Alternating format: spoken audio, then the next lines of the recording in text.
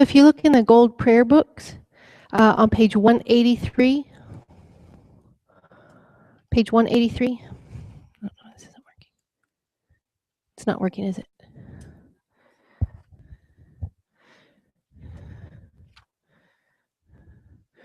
We'll do Shakyamuni Buddha's mantra 3 times, which is near the bottom of the page.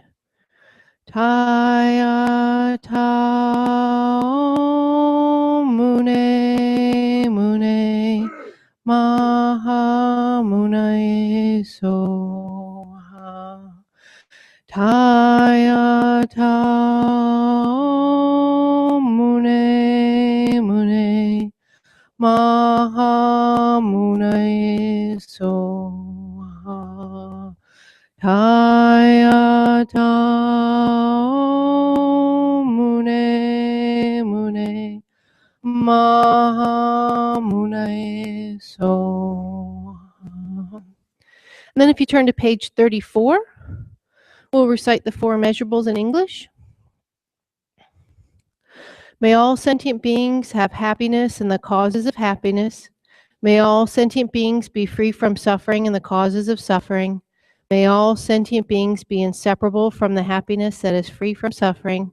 May all sentient beings abide in equanimity, free from attachment for friends and hatred for enemies.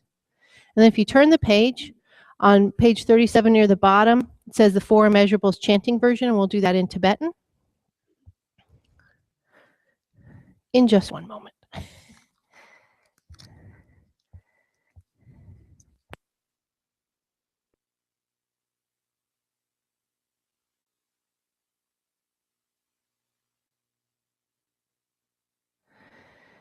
Sam Chen Tam Che De Wa Dong De Wei Gyu Dong Dam Par Gyur Chi Dung Ya Dong Du Yagi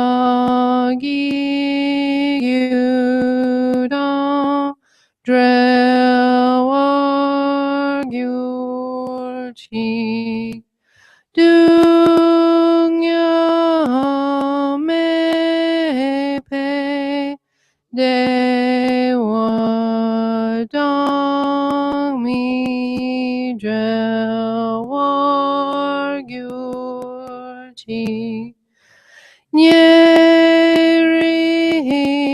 Chadong Nidon Drewe Tanyom Lane Pargyuchi.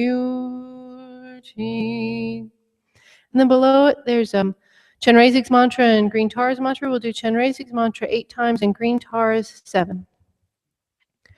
Om Mani Padme Hum. Om Mani Padme Hum.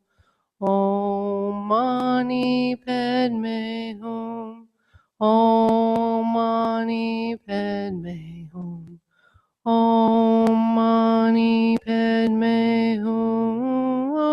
Om Mani Padme Hum. Om Mani Padme Hum. Om Mani Padme Hum. Om Tare Tu Re Soha. Om Tare Tu Re Soha. Om Tare Tu Re Soha. Om Tare Tu Re Soha. Om Tare Tu Re Soha. Om Tare Tu Re Soha. Om Tare Tu Re Soha.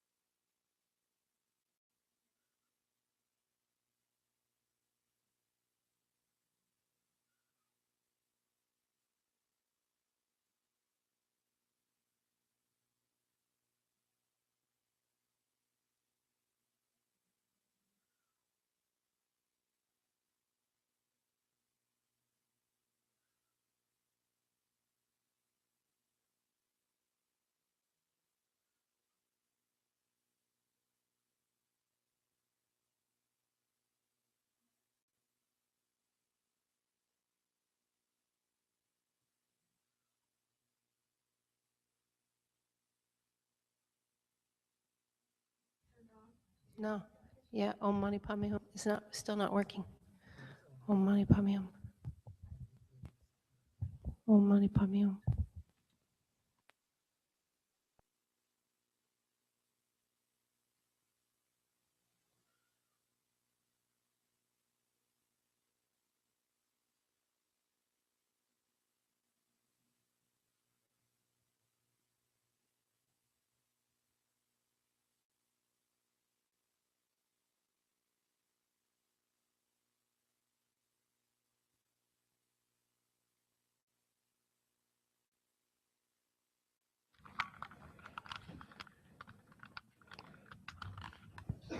Yeah, looks like now it's on.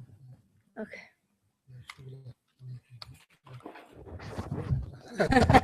Hello, hello.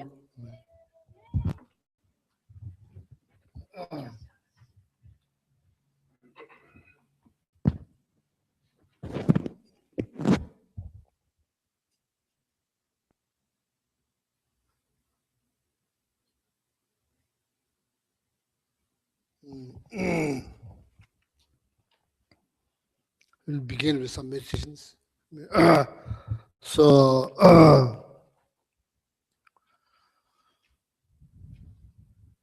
what we are going to just sit quietly, okay? Sit quietly. So then, mm, mm.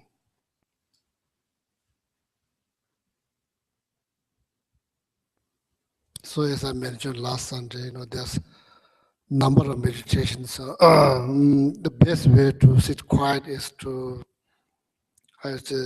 think something. The meditation means productive meditation is in order to do the productive meditations that we must think something. We must think something. Otherwise, it's hard. Just sit there, So it's hard. So there are no analytical meditation you can do, review meditation you can do, and you can concentrate. You can concentrate. Just create some mental image and focus on that. Any image, just create some mental image, then concentrate on that. So then say, so we'll do that now, like maybe a couple of minutes, okay? Concentrate. Or you watch your breath out, in, one, out, in, two, out. You can count, you can count minutes, you can count. You can do that quite easy, quite easy to do. So we'll do that in the next couple of minutes, okay?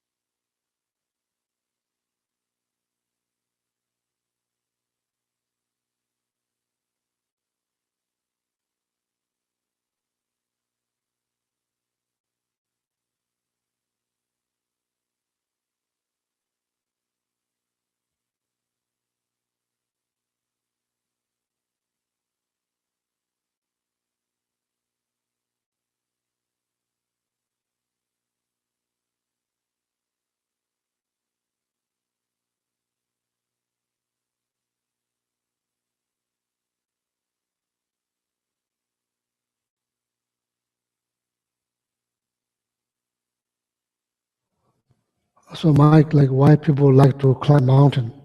Climb mountain. You like climb mountain, right? You go to Colorado, climb mountain. Why people like to climb mountain?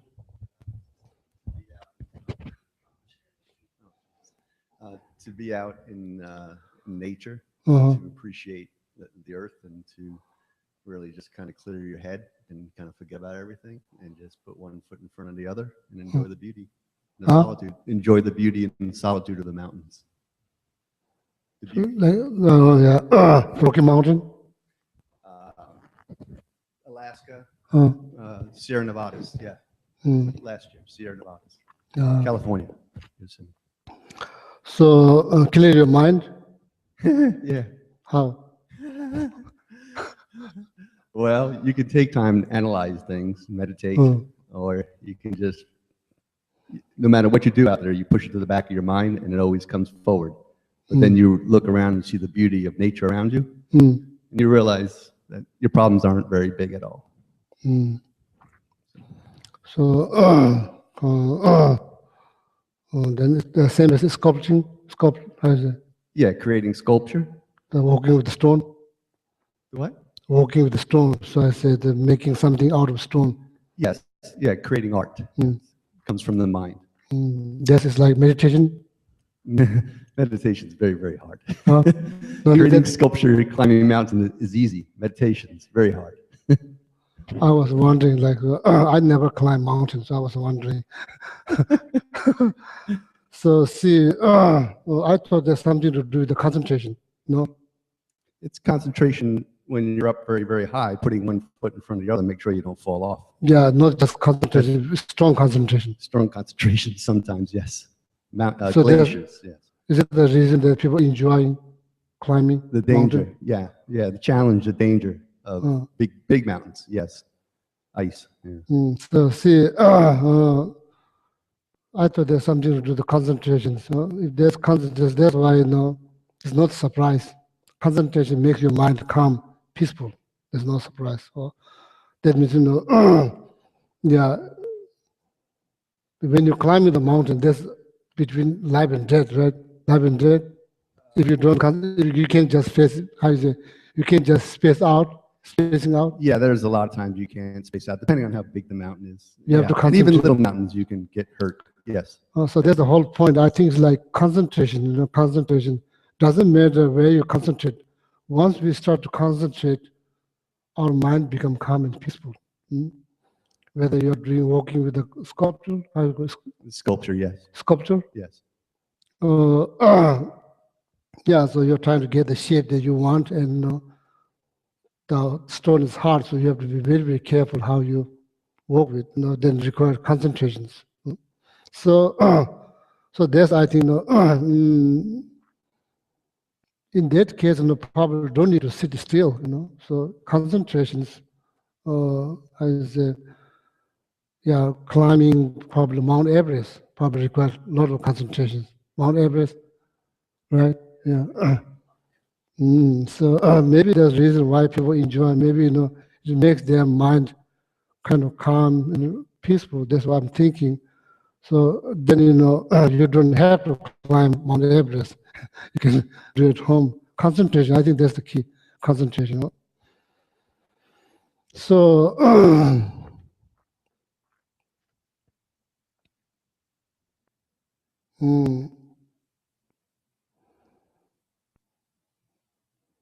So there's not according to Buddhism, according to concentration meditations, not necessarily Buddhist teaching.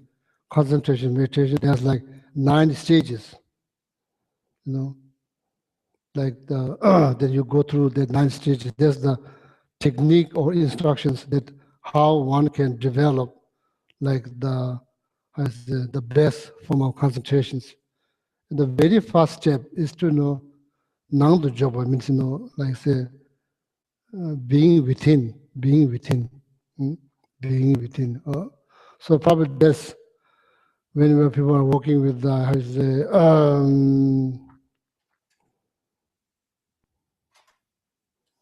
no problem. Whenever people working with not working with the mountains, working with the sculpture, or climbing the mountain. So, and some people say when they dive deep in the oceans, they feel very calm and peaceful. So I think same probably, you need to concentrate. So, so there's the initial stage. There's the very first step to be within Nangdu Joba. So then like how long. So then the rest of the step, that's getting better and better. So now the job, the first one, that's the being within now the job. So so that requires some kind of object. Without object, it's hard to be present or be within. I think same. It's same. I think be present and be within. It's pretty much same. So basically, trying to keep the mind with yourself, keep the mind with yourself. Mind is something that thinks. Mind is something that thinks, all the time. Not able to stay with one object. So need to learn how to stay with one object. Need to learn how to stay with one object. So then that's the way to make your mind calm and peaceful. So therefore, people, use all kinds of objects. People use all kinds of objects. So usually, what I say, like mental image. You create some mental image and try to stay with that image. We are trying to keep our mind with that object.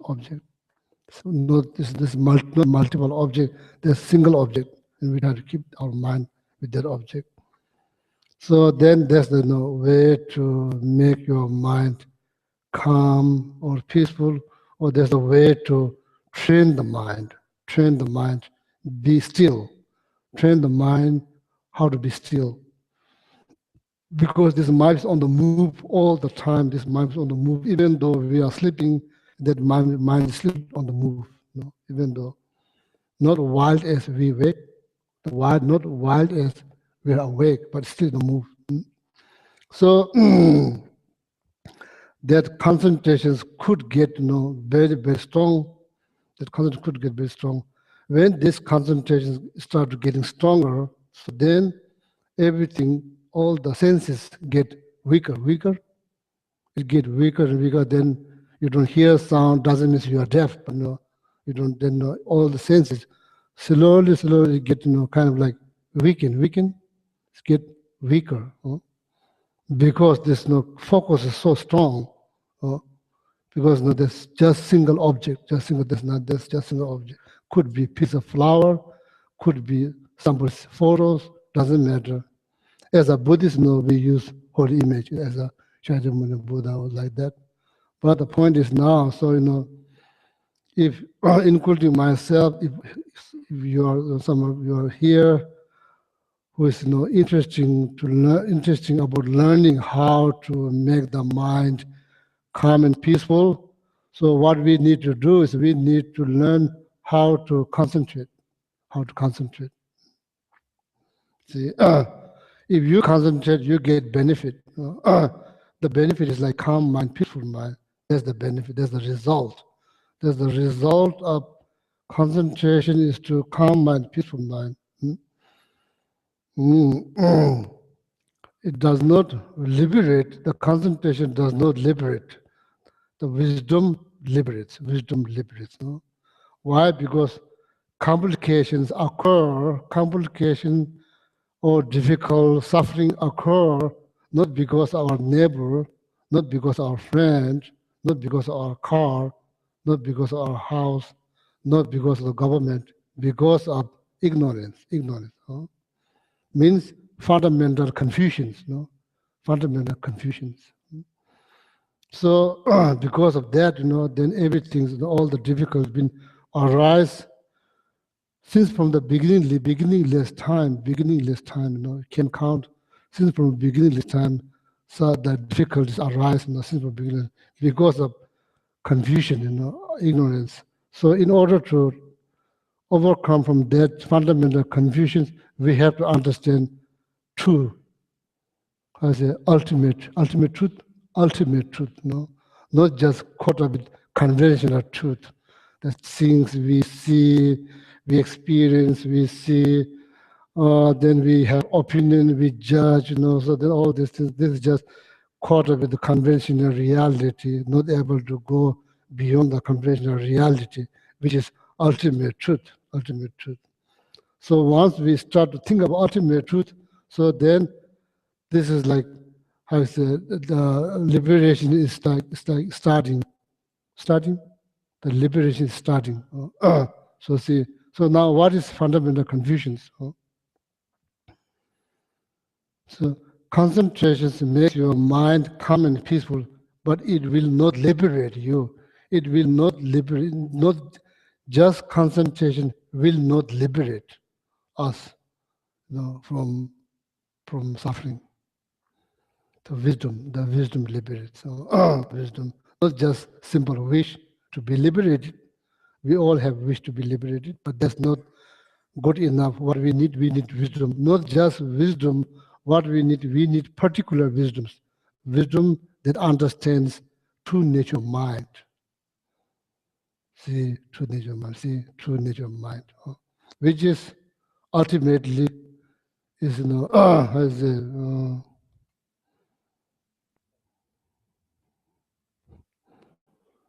so which is, so I say, all the appearances are, as all the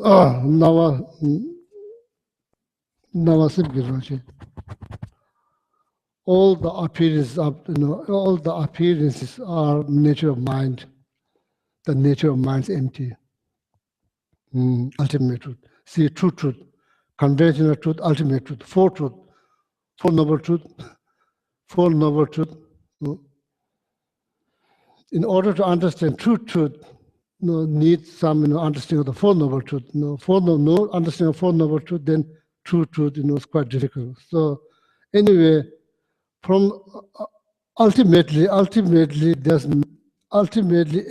label. Everything's label. Everything's label. It's not.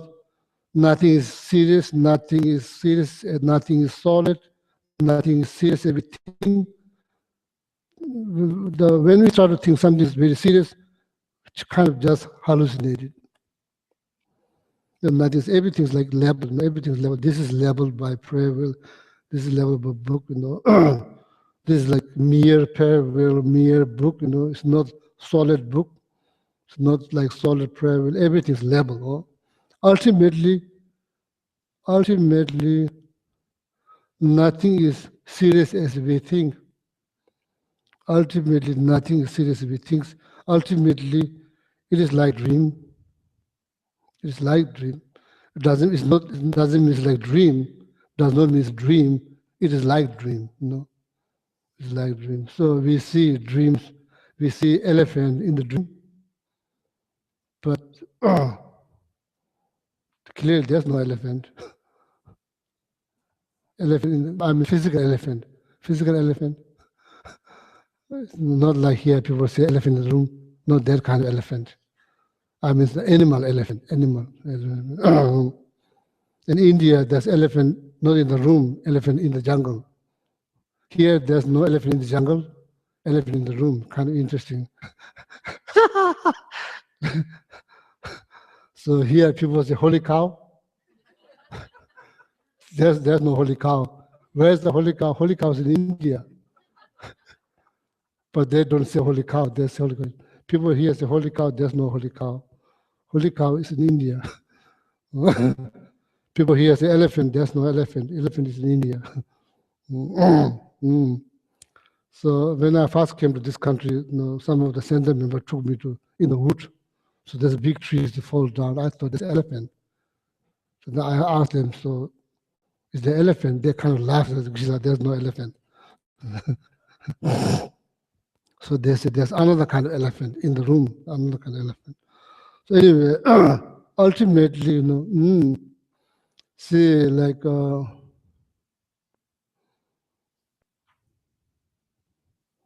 Nothing is serious as we think. Nothing is serious as we think. It's like as a, once our understanding of ultimate truth improve, nothing is serious. Nothing is serious. No, even the death, nothing is serious. Huh? Death, birth, aging, everything is not serious as we think. It's not soulless as we think. It's like how you say. It's like illusion. It's like illusion. So, see, like why? Because everybody experiences differently. It clearly indicates nothing is from their side. If there's something solid from their side, everybody should have the same experience. But that's not the case. Everybody has different experience. Because there is no reflection, it just has a reflection of the thought. So the person who see emptiness, their reflection of thought is not serious. It's not us, not serious as our. See, they. So anyway, so it's hard, hard topic. So ultimate truth. Ultimately, nothing is serious as we think. Ultimately, nothing is serious as we think. It's just everything's label. Everything's label, label. We just call, we just label, or that's good, we label, or that's not good, we label. I like that, that's label. I don't like this label, My dog don't like me, that's label. So we have no idea. We just label. My dog don't like. All of that, everything label. So see, there's a lot of benefit. So the wisdom, there's not just wisdom, particular wisdom that liberates us from all these complications, confusions.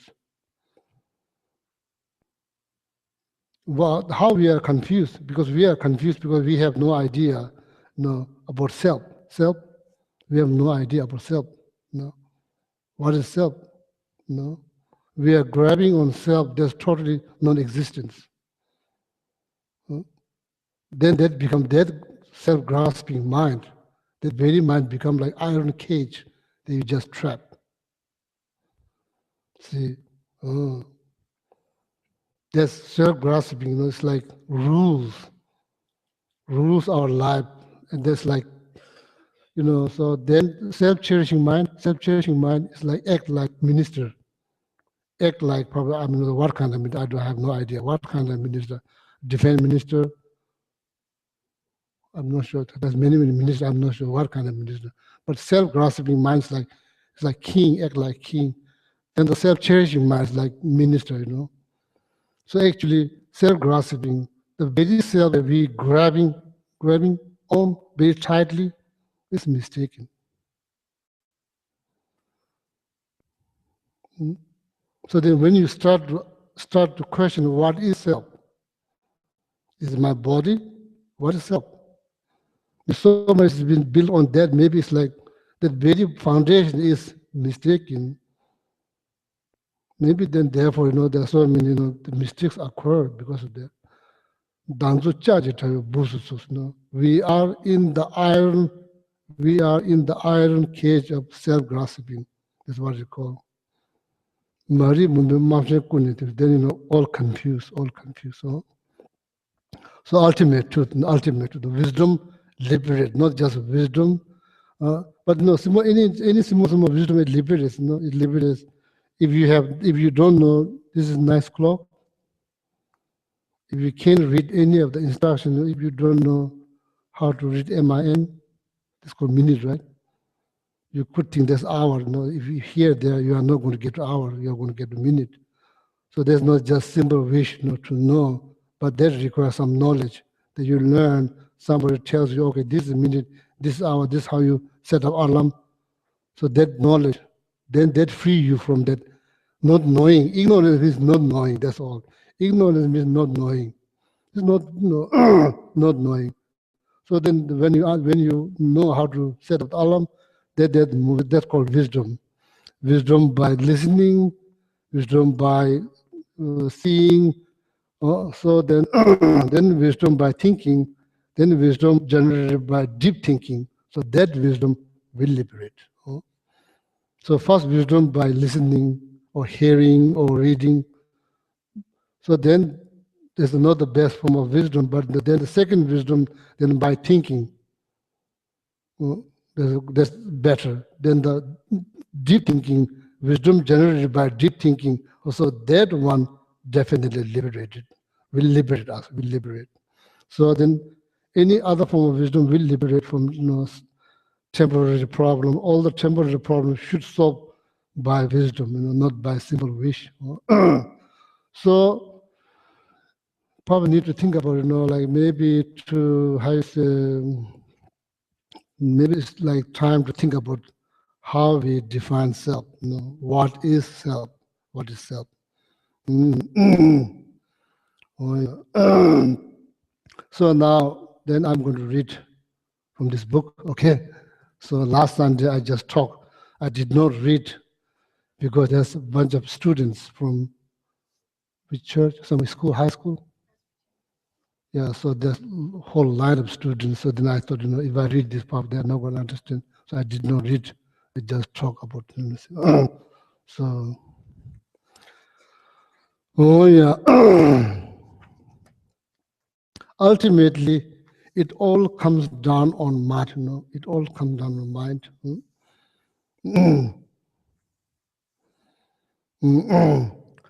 What Lama Tsongkhapa said, "Kana lenam samba sange las."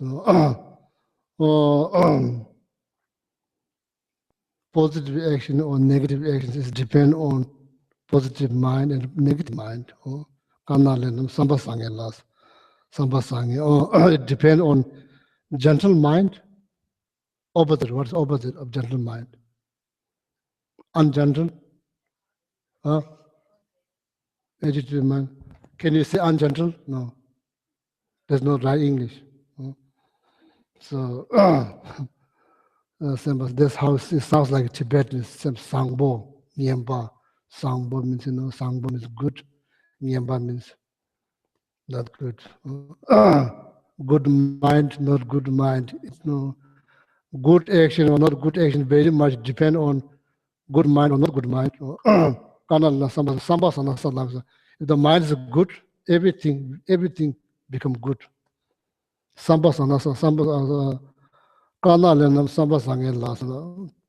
Good action, bad action depend on good mind or bad mind. If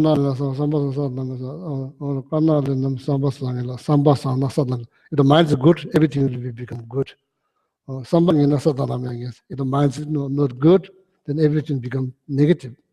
Therefore, everything is dependent on mind. Tamje not just one thing. Everything is dependent on mind. So if that very mind transform, there's the equivalent of transforming everything. Equivalent of transforming everything. If that mind will be transformed, then it's like transforming everything else. Transforming everything else. Equivalent of transforming everything else. So this text is is called 7-point mind training tracks. This written by one of the Tibetan masters called Kadamba Master Geshe-Chekawa, written by that. So I thought, probably I'll read this, so then you can get, if you want to read, so you can get the books, you can get this book available here, so you can get, then you can read. So today the sections that we are reading, I'm going to read is like called Lale Tamje Chigladas. Your mic, Chukla, your mic work.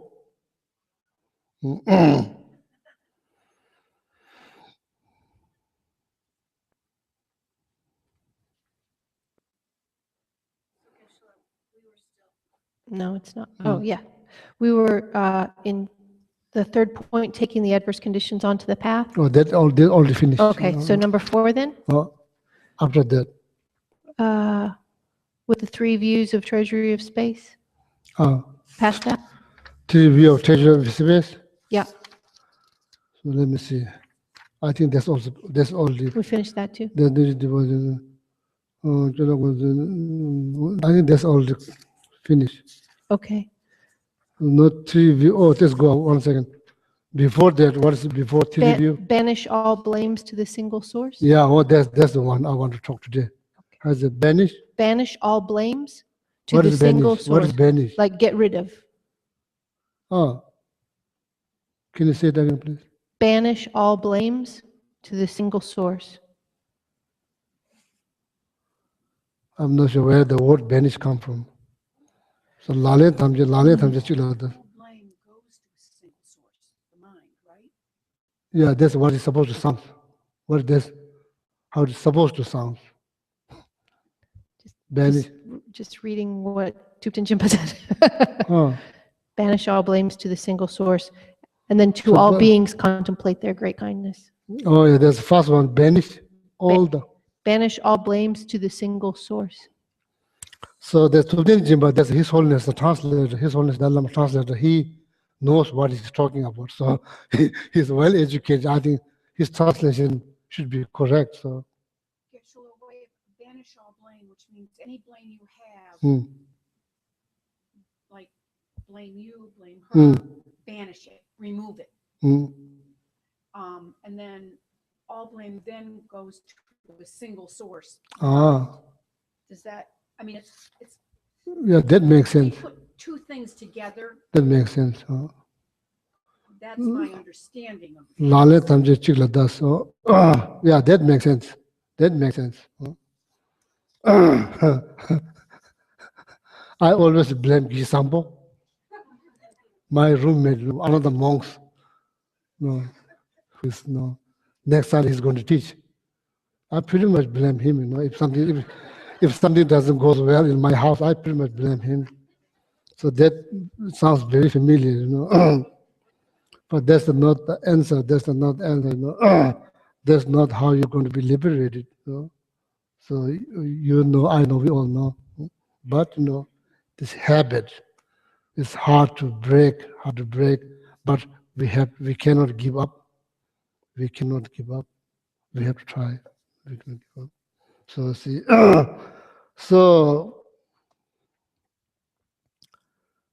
the real dictatorship is like this. As I said, it's like this. Another name is called iron cage.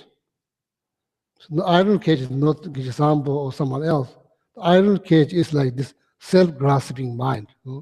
Self-grasping mind. It's not grasping on the self that exists. It's grasping on the self that doesn't exist.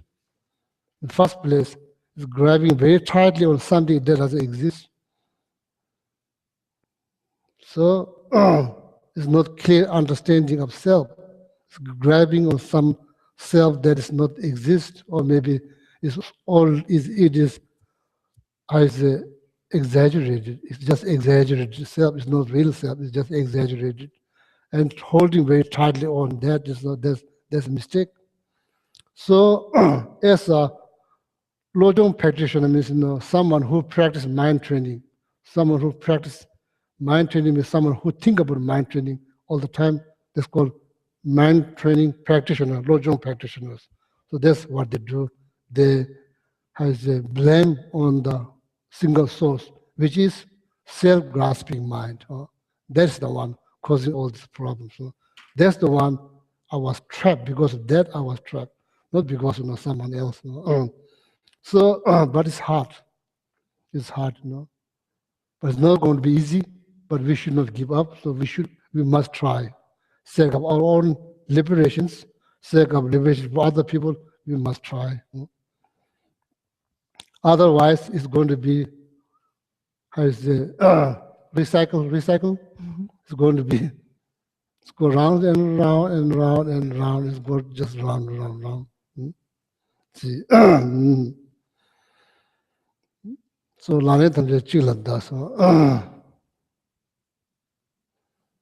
so when you start to think of ultimate truth, that's the way to get rid of this mistaken, this iron cage. That's the way to open this iron cage, or maybe destroy that iron cage, is to think about ultimate truth. Ultimately, everything's level, it's level.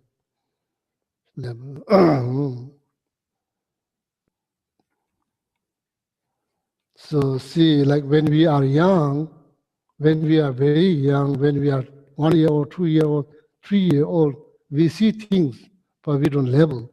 We see things. And we don't take anything that's very serious, except probably cookies, candies, some, except sweets. So then they take that very seriously. Sweet, so if they need to cry, they will cry. Not getting a sweet. Besides that, things that we take very seriously, they don't take very seriously. For them, everything something to play, something to play. So then we grow up, so then we learn, then we become very serious, we become so tired, so sophisticated, full of doubt, all. Then it's become. So then this kind of teaching will help to to bring back to the root. To bring back to the. So the self-grasping mind, there's a single source to blame. There's a single source to blame, nothing else. But it's hard. I'm not saying easy, but it's hard. But we must try.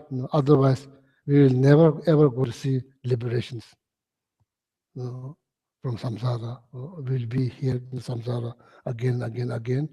And when we are in samsara, so then everything we can expect. Oh, how come that I'm not happy all the time? Because this is a part of samsara. That's why. Not because you are incapable or capable, good or bad, nothing to do with that. Because samsara, that's what happened. In samsara, things in the samsara is complicated. Right from the beginning, right from the birth, it's complicated, This is complicated. It's going to be complicated. It's going to be complicated unless you understand the ultimate truth. Then that's the way to liberate. So that's the according to 7-point mind in the text, is the self-grasping mind. That's the one needs to be, how you say, blamed. Geshe-la, another word for banish is send away. Send away. Yeah. So send away all blame to the self-grasping mind. Yeah, that sounds good. Self-grasping mind. Yeah, that sounds good. That better sounds good. So try, see how it works. Just try. We can give up. If we are really seeking liberation, we can give up. This is the best chance because we can think, we can learn. We can think. So we are not only species on this planet. There's so many other species. Look around, how much they can think, how much they can learn. Even just, there's school for dog. They have school. Yeah, people take dog to school. Some of my friends do. Some of my friends do. They take their dog to school to teach them just to sit. It takes a long time. Just would sit. So for us, it will take hours, like 1 minute, once, probably less than a minute. If you tell someone to sit, they will sit. For a dog, it will take a long time to sit, to say sit. You have to give some treat. That's sit on. So see, this is a bad chance to think something, think seriously for your liberations, for good. Everlasting vacation. Everlasting vacations. Once you liberate it, everlasting vacation, doesn't need any money, doesn't need a visa, airplane ticket, everlasting. So that's the goal. Okay, that's the goal. That is the goal. As a Buddhist, that's the goal, liberation. So if we are seriously seeking liberation, some kind of freedoms, so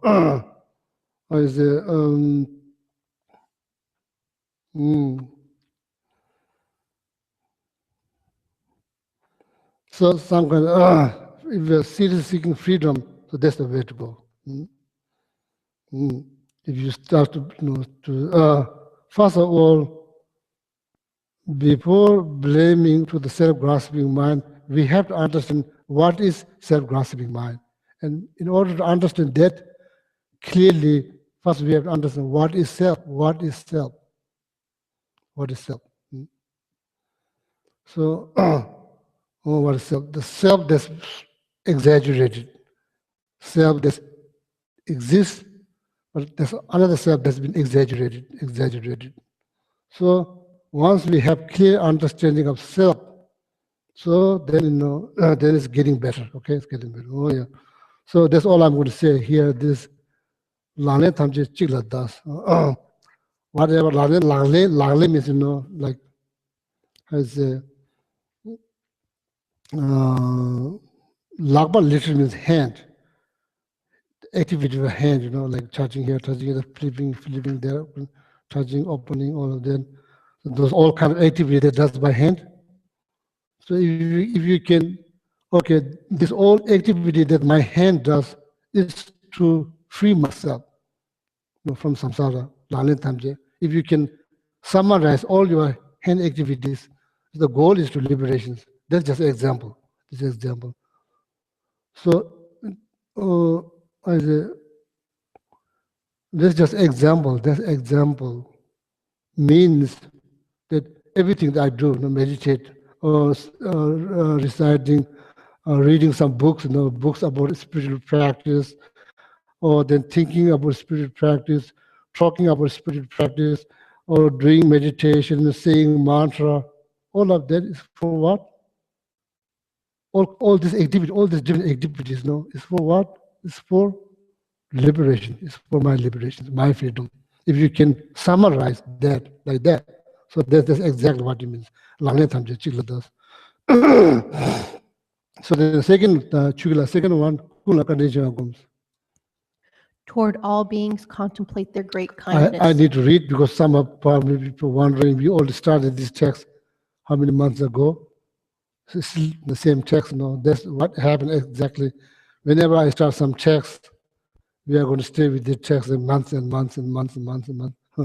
So I have to finish this. I'm committed to finish, So then one day, Toward all beings, contemplate their great kindness.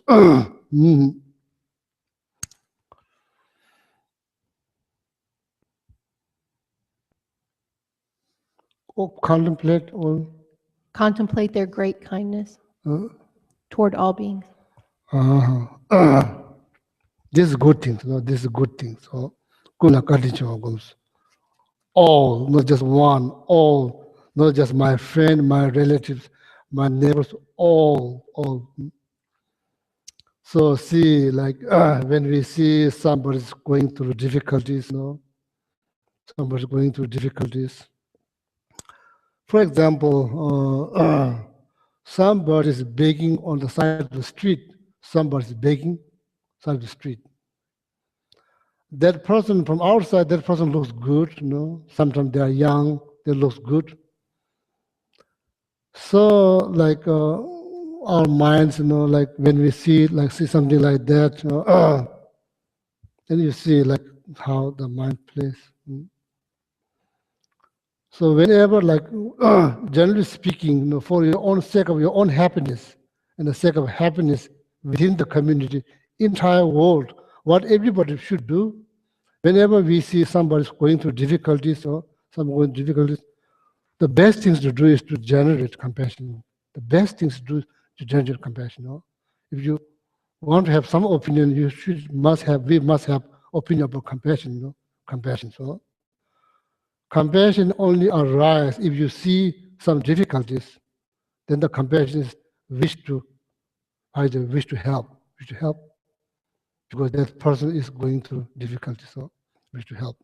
When we see, oh, somebody's very successful,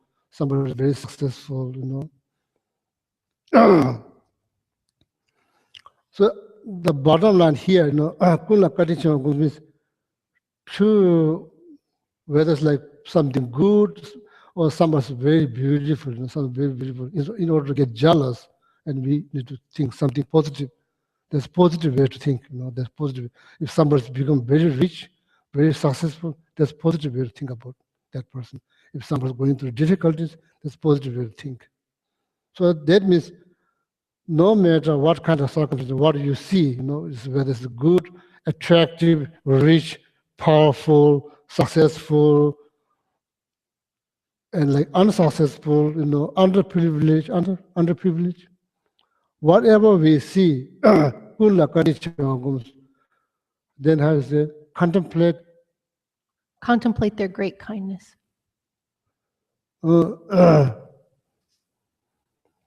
kanichagums. Contemplate their great kindness.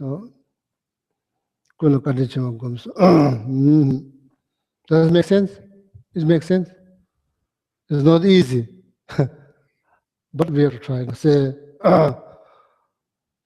because negative mind means, makes sense? When I say negative mind, it means something as thinking, not happy thinking. No, not happy thinking. The thinking is not make you happy. The thinking is make you sick.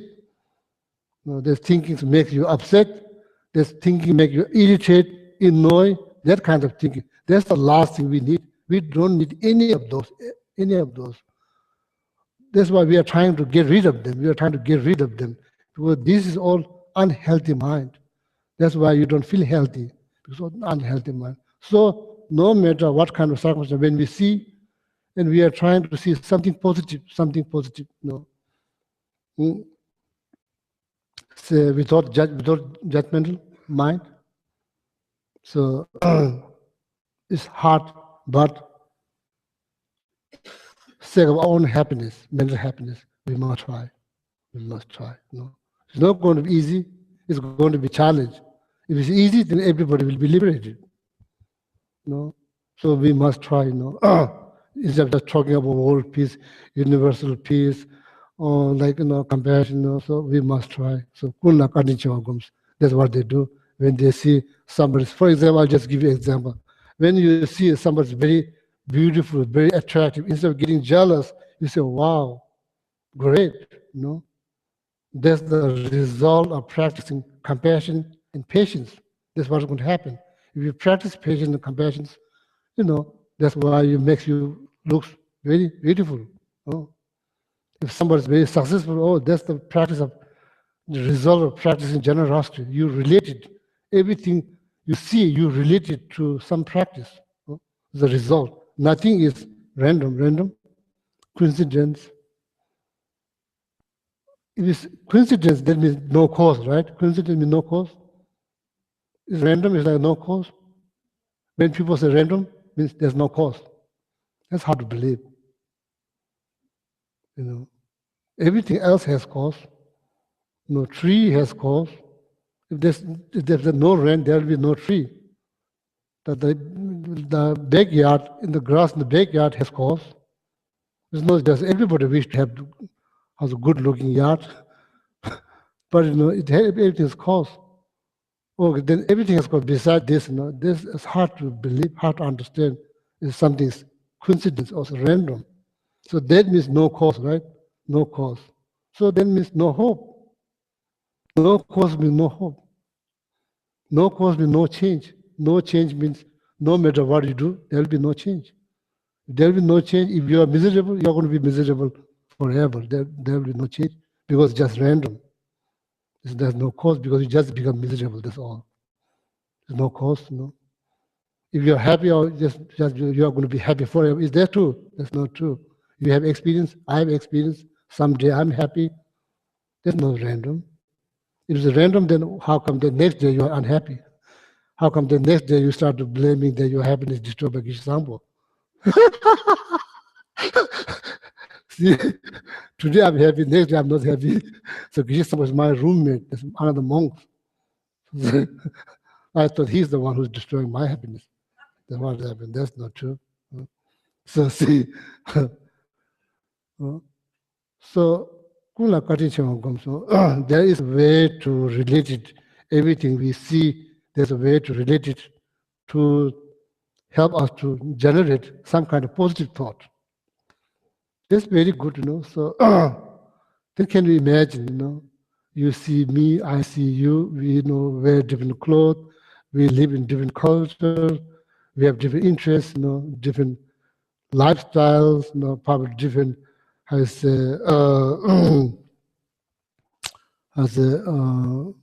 we like different food, different kind of food, but this all doesn't matter. long as we see to each other with positive thought, that's what's matter. So then I think religious is no longer needed. Why? Everybody's doing good. Everybody's doing. So then, end of the day, we are judged by that. We are judged by our positive thinking, our actions. So that's that is applied to everybody, not just people who believe in religion. You believe in religion or not believe in religion doesn't matter. So long as you look at things from positive point of view, that's what it means. Kula kadicham. So it's hard. I'm not saying it's easy. It's hard, but it's not going to be easy if you don't try. So sake of your own happiness, our own happiness, we must try. So we must try. Try. Then slowly, things will change. Slowly, your perception of the world, your perception about other belief, your perception of other culture, other tradition will change. Ultimately, those things doesn't matter. Oh. So see, those things are not serious as we think. It's just, it's always just this whole level, bunch of different levels. So we put on. Ultimately, everything is connected. Everything has something to contribute to the humanity. That's the one. So then,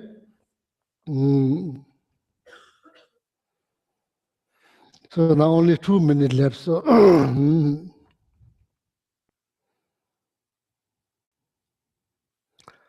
So then, also that only 2 minutes, so now probably going to stop here.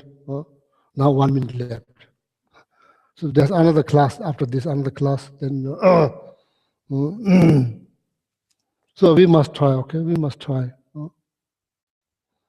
For sake of our happiness, we must try. So then people who come here, they feel, people here are at our center, so they feel,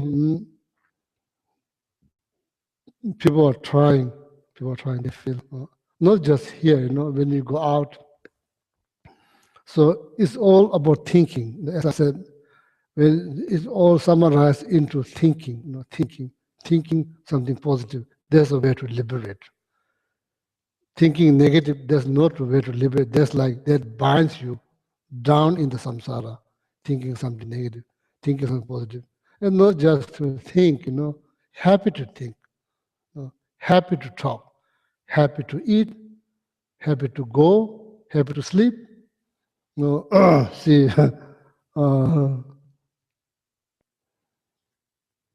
happy to eat, People should not feel bad when you eat cheesecake. It's hard to believe, Eating cheesecake with all kind of mindset. Like, we don't have to eat. Once we eat, why you worry? Just enjoy. Just enjoy. Or happy to able to say some prayer. Sometimes you don't get time to say prayer. Happy not to say prayer. So this is what we need. We need a more happy mind. Happy mind means positive thinking. So that's all, but it's not easy. And we do need instructions how to do those, how to do those. When I say somebody's very successful, how I can relate that to something positive thinking. So then you relate them to 6 perfections, 6 perfections. So that's the goal. Ultimately that's the goal. So that's, so then we have become so used to positive thinking. And the end of our lives, so that we still going to think positive, something nice, something positive. So that's the way to be liberated. That's the way to go from happiness to happiness, from happiness to happiness. So then the happy thinking, that's like the horse. If you ride on that horse will get you to happiness, happiness to happiness. No matter how long this life goes on, you go by happiness to happiness. That's good. So that's the summary of this, okay? Also read this too. So then I'll stop. Then we'll say some dedications. Okay, in the Gold Prayer Book, if you look at page 246, we'll read the prayer by Master Shantideva. May all beings everywhere, plagued by sufferings of body and mind, obtain an ocean of happiness and joy by virtue of my merits. May no living creature suffer, commit evil, or ever fall ill. May no one be afraid or belittled with a mind weighed down by depression. May the blind see forms and the deaf hear sounds. May those whose bodies are worn with toil be restored on finding repose. May the naked find clothing, the hungry find food. May the thirsty find water and delicious drinks. May the poor find wealth, those weak with sorrow find joy. May the forlorn find hope, constant happiness, and prosperity. May there be timely rains and bountiful harvests. May all medicines be effective and wholesome prayers bear fruit. May all who are sick and ill quickly be freed from their ailments. Whatever diseases there are in the world, may they never occur again. May the frightened cease to be afraid and those bound be free. May the powerless find power and may people think of benefiting each other. For as long as space remains, for as long as sentient beings remain, until then may I too remain to dispel the miseries of the world. Then if you turn back just one page, we'll do the long life prayer for His Holiness the Dalai Lama. In the land encircled by snow mountains, you are the source of all happiness and good. All-powerful Chenrezig Tenzin Gyatso, please remain until samsara ends. And then the next page at the bottom, the long life prayer for Ken Rinpoche. The one who mastered his speech at a very young age, the one with great patience who received the name Awatari, the one with great precision who spread the teachings of Lama Tsongkhapa, Bliss and Void, Lama, ornament of the yellow hat tradition, please remain until samsara ends. And then back on 244, the long life prayer for Lama Zopa Rinpoche. You who uphold the subduer's moral way, who serve as a bountiful bearer of all, sustain, preserving, and spreading Manjunath's victorious doctrine, who masterfully accomplish magnificent prayers honoring the three jewels, Savior of myself and others, your disciples, please, please live long. And then we'll say 7 green Tara mantras for Geshe Gelug's long, happy, healthy life. Om Tari Tu Re So Ha. Om Tari Tu Re So Ha. Om Tari Tu Re So Ha. Om Tari Tu Re So Ha. Om Tari Tu Re So Ha. Om Tari Tu Re So Ha. Om Tari Tu Re So Ha. Yeah, thank you. Have a nice weekend.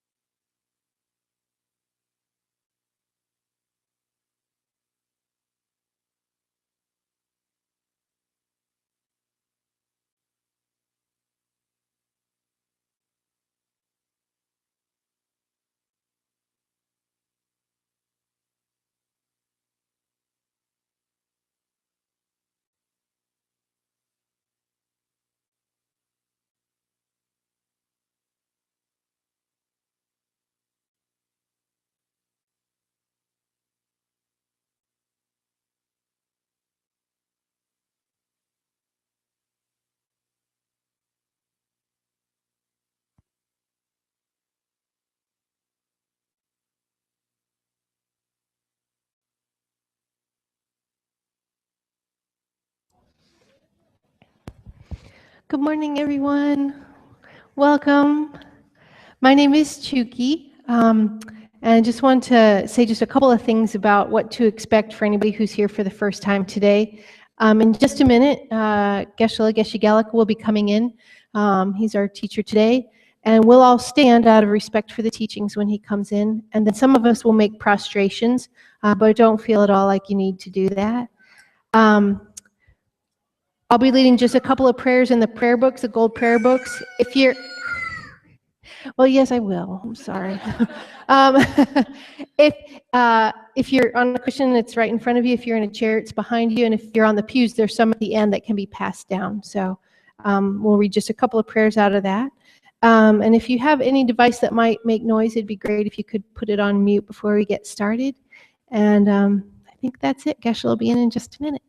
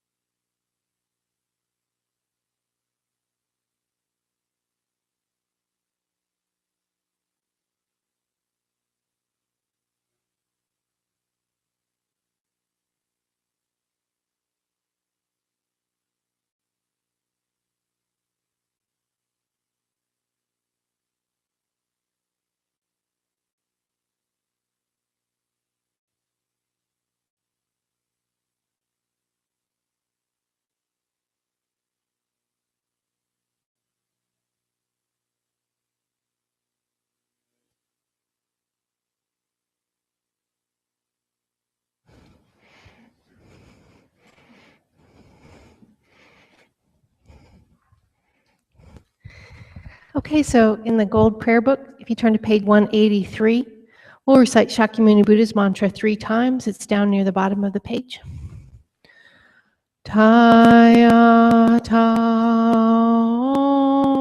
mune mune maha munaye soha.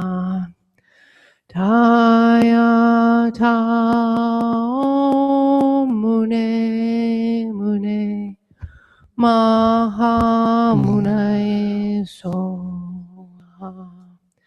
Taya tau mune mune maha munaye soha. And then if you turn to page 34, we'll recite the 4 immeasurables in English. May all sentient beings have happiness and the causes of happiness. May all sentient beings be free from suffering and the causes of suffering. May all sentient beings be inseparable from the happiness that is free from suffering. May all sentient beings abide in equanimity, free from attachment for friends and hatred for enemies. And then turn the page, and on the bottom of 37, there's the 4 immeasurables chanting version, and we'll do that in Tibetan. Sem chen tam che de wa dong de wei kyu dong dem par yur chi dung ya dong du nya gi gyu dong dre war gyur chi dung ya me pe de wa da mi dre war gyur chi Nyeri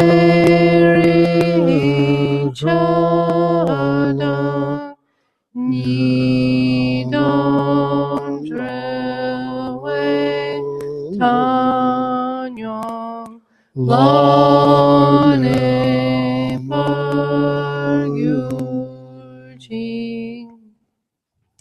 And then right below that, we'll do Chen Reizig's mantra 8 times and then Green Tara's mantra 7 times. Om Mani Padme Hum. Om Mani Padme Hum. Om Mani Padme Hum. Om Mani Padme Hum.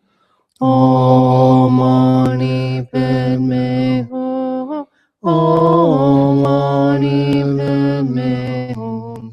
Om Mani Padme Hum. Om Mani Padme Hum. Om Tari Tu Re Soha. Om Tari Tu Re Soha. Om Tari Tu Re Soha. Om Tari Tu Re Soha. Om Tari Tu Re Soha. Om Tari Tu Re Soha. Om Tari Tu Re Soha.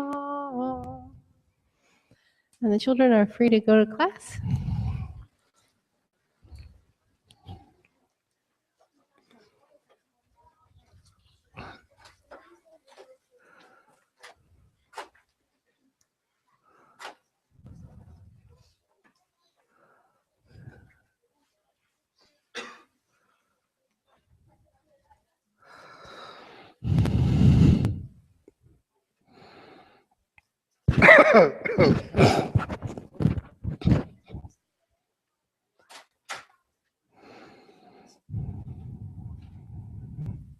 Good morning. So please, would you mind take 1 minute to introduce each other, please?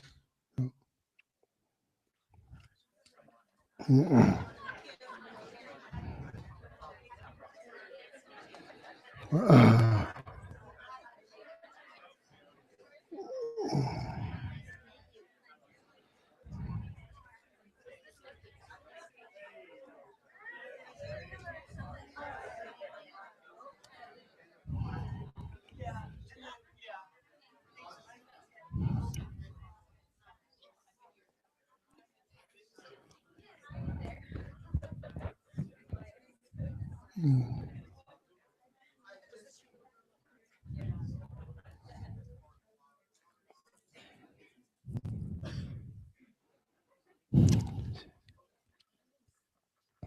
good to recite Tara Mantra meaning for the babies.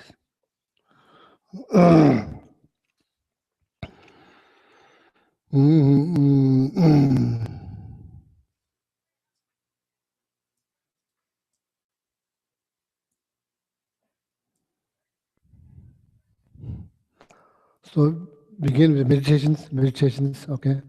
So even though you hear the sound, because you can hear sound, but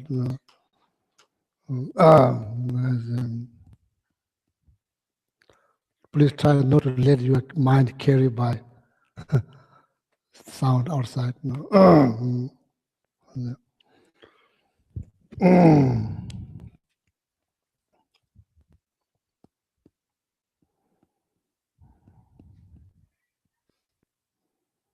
This morning I asked one of the center member, somebody who likes to climb Rocky Mountain in Colorado. So I asked him why people like to climb the mountains, So I've been thinking that last couple of days, thinking about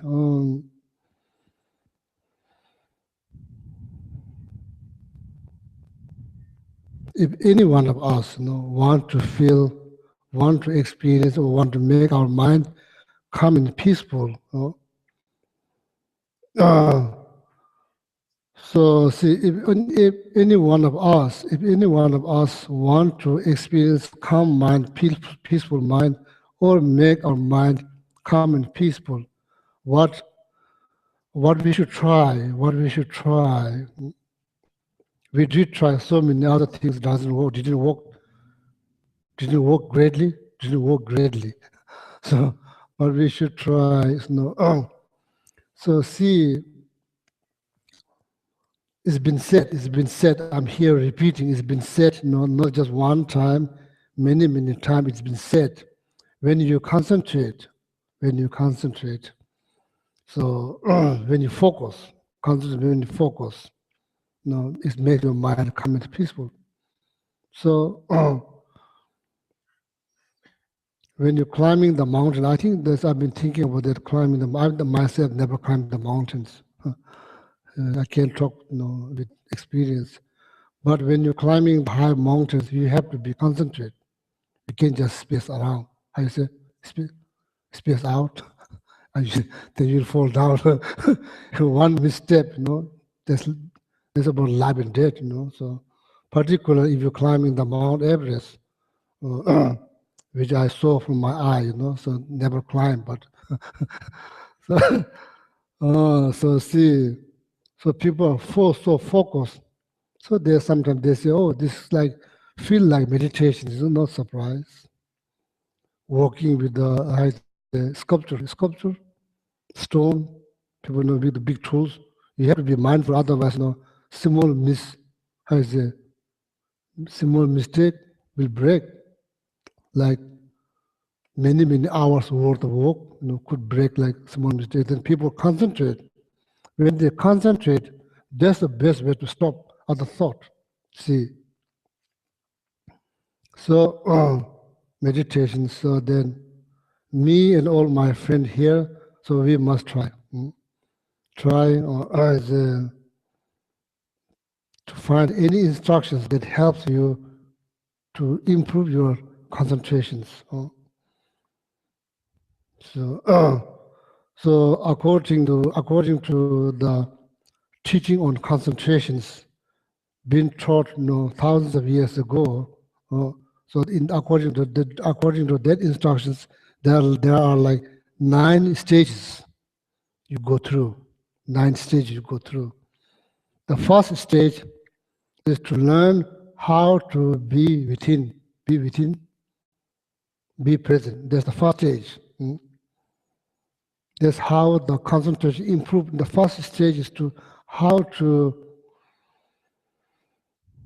be within, be within. It's not going to be, that's not going to happen if you just sit like this. That's not going to happen. So what we need some object to focus on, single object, not multiple object, single object.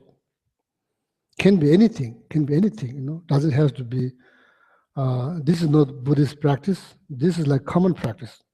The people who are interested to develop their concentrations, that's for them, it's not Buddhist teachings, this is not Buddhist teaching, so because of that, any image we can use, so create some kind of mental image, some kind of mental image, and stick with that image.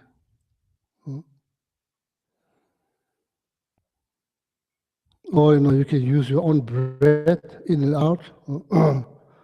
So I've been saying this many times. It's important. No, it's not. I don't think that you don't understand. I do know that you understand very clearly. It's not. Understand is not good enough. So we need to put into practice. So whatever ways that you can focus, you can concentrate. It's all good. Then that makes your mind calm and peaceful. Someday, Chishi, concentration makes your mind calm and peaceful. So we'll next couple of minutes. So we will sit quietly, then trying to concentrate. Okay. So or maybe you can create some mental image and try to concentrate. That's what we're going to do. Okay.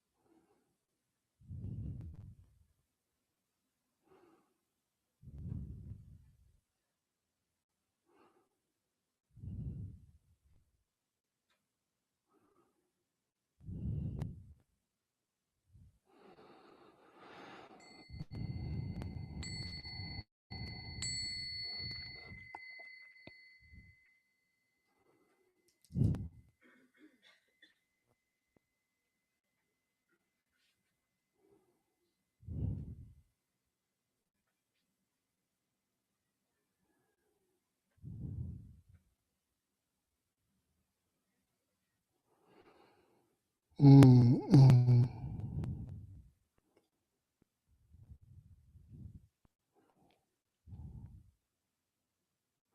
You know, we can guide our mind. We can guide our mind through word. We can guide our mind through word, or through word.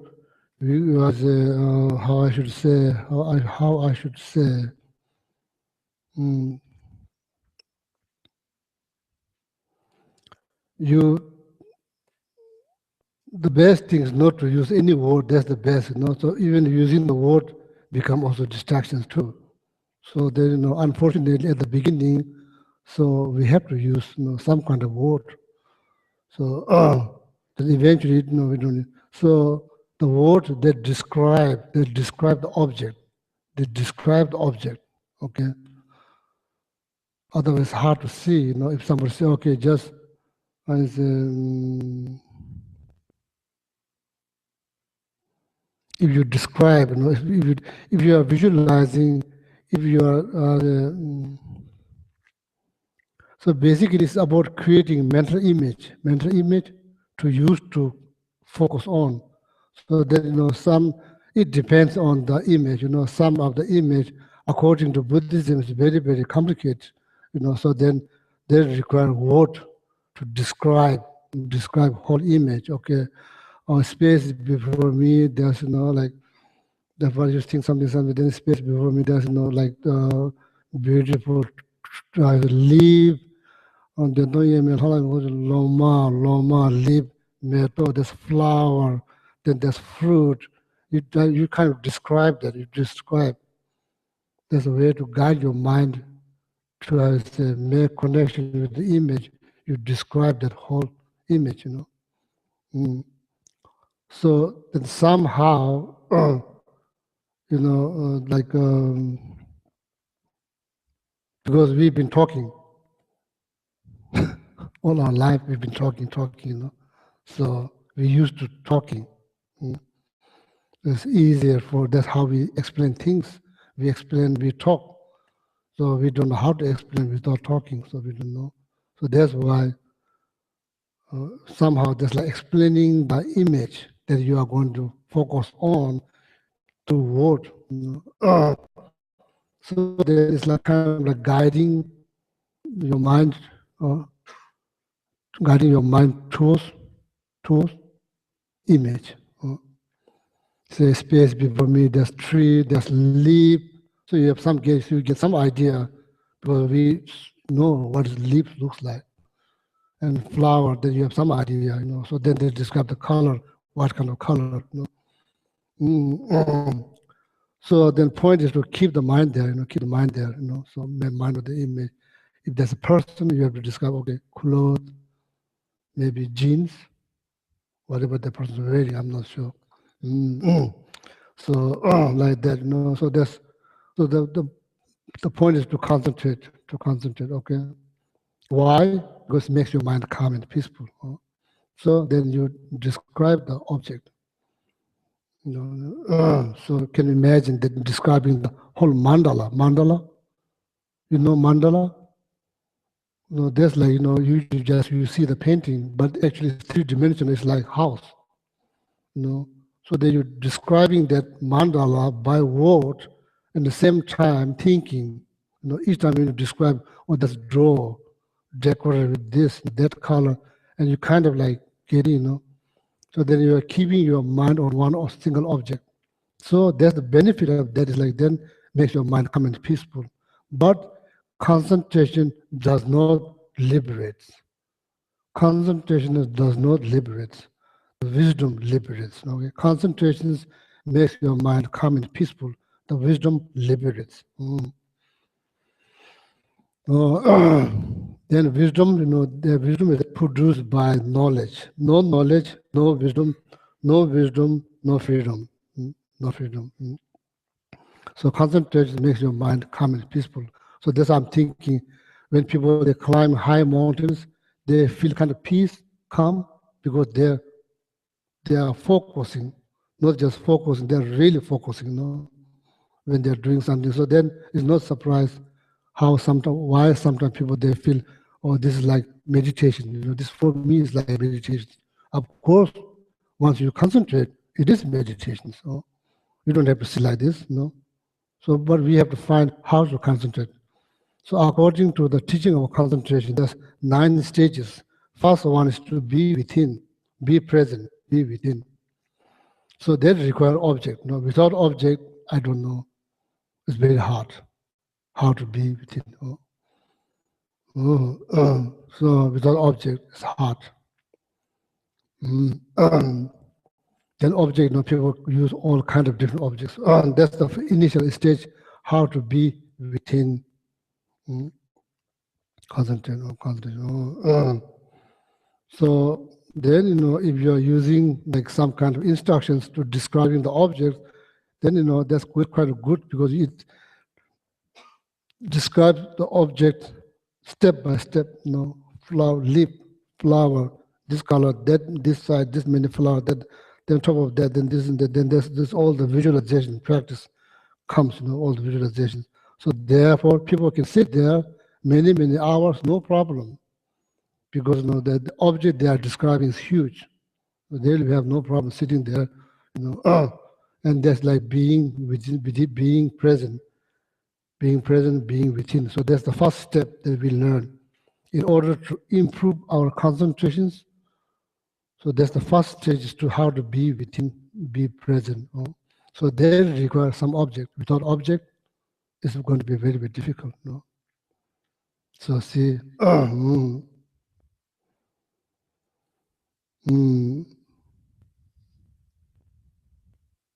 result. Result is going to be calm mind, peaceful mind. Okay, that's the result.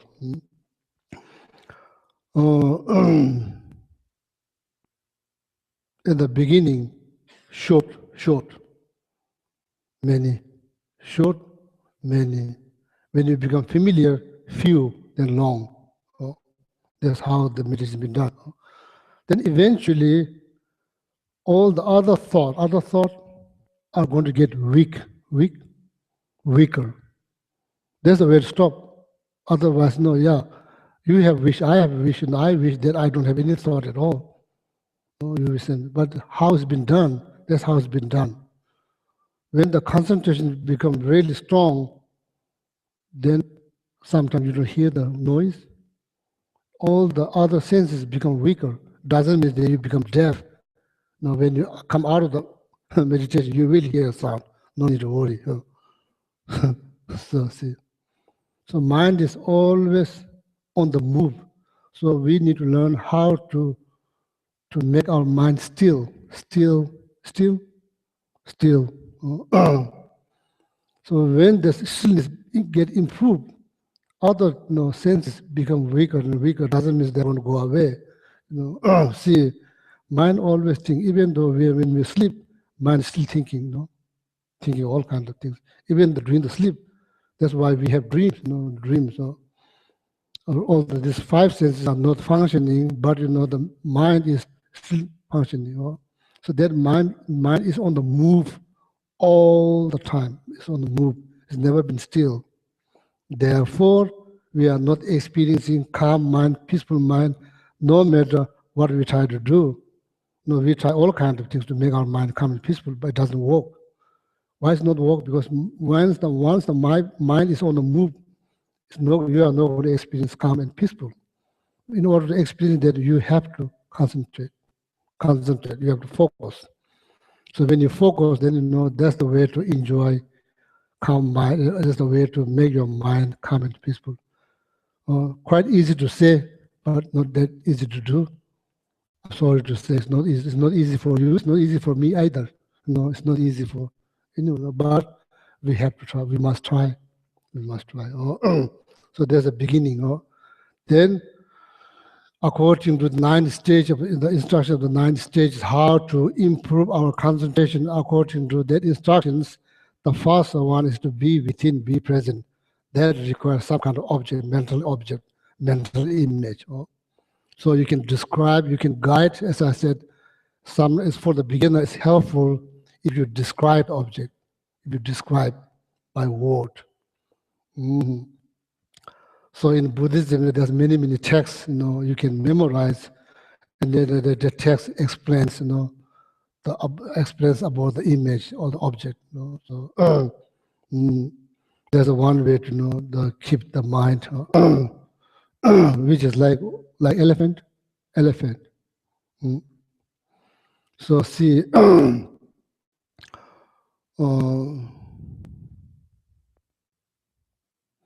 we dream about elephants, we dream of elephant sometimes.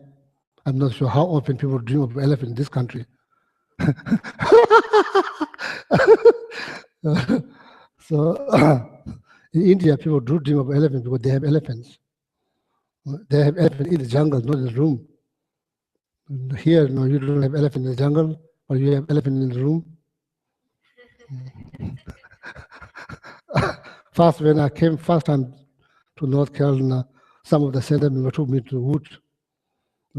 So see here, you just go to wood, like you take walk wood, but no, in my hometown, nobody take walk in the wood at all, unless you have some work to do. You don't just go just by, do nothing. So and people probably think that you're out of your mind if you just go around. So different world. Here people just go to wood. They have no work to do. They just go. In my hometown, when people go to wood, they have some work to do. So they have no time to just go. Anyway, so here, so I thought, when they took me to the wood, so there's big trees, the number of them falls down. So I was wondering maybe that's done by elephant.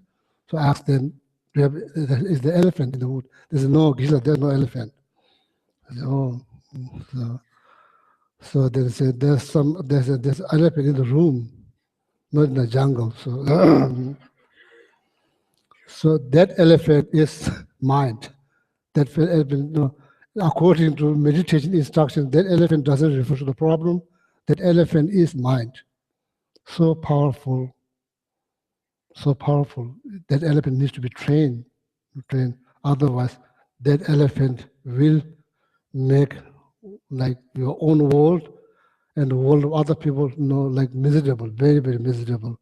Or if that elephant gets, out of control. So there's mind called the elephant. So anyway, so this morning, there's no elephant in the wood here in America, but there's elephant in the room. In India, there's elephant in the jungle too. And also, of course, there's elephant in the room too. If the elephant refers to problems, there's also tons of problems there too. So then here you talk about holy cow, but you don't see cows. Where's the holy cow? Holy cows in India. Have you been to India, some of you? Yeah, they consider cows holy. So therefore, cows is roaming freely in the post office when you go. Not every post office. Some post office you see cow. Then the cows on the road and everywhere. That's called holy cow. So here they say holy cow. So there's no holy cow. I don't know why you say holy cow. So so one of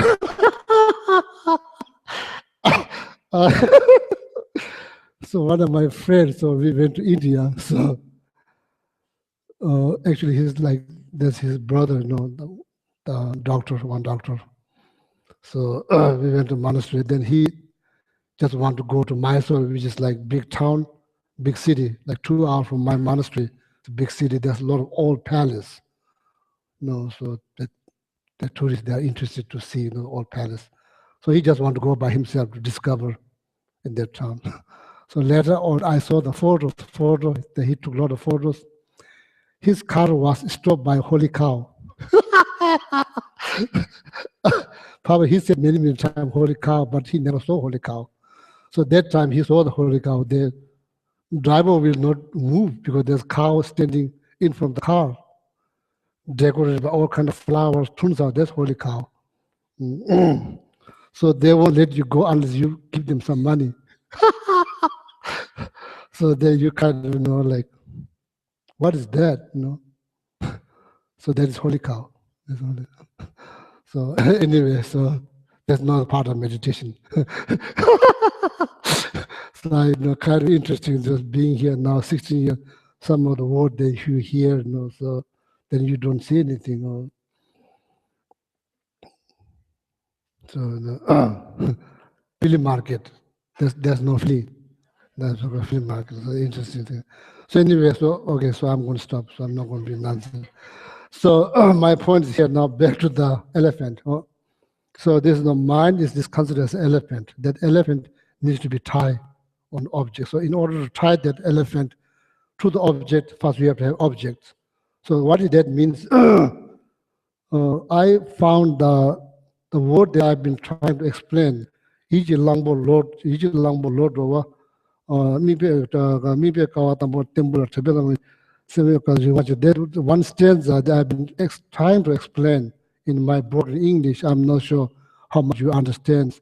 So I found that I found translations, and because of lack of mindfulness, I forgot today to bring it down. So next Sunday I'll bring it down, then read to you, okay?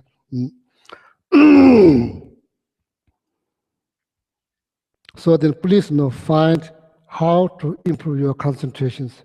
Once you concentrate, then your mind's going to become peaceful. And please try. What's going to happen? Nothing is going to happen. You're not going to lose anything. Try and see. If that makes your mind calm and peaceful. Object doesn't have to be something holy. It can be just piece of flower.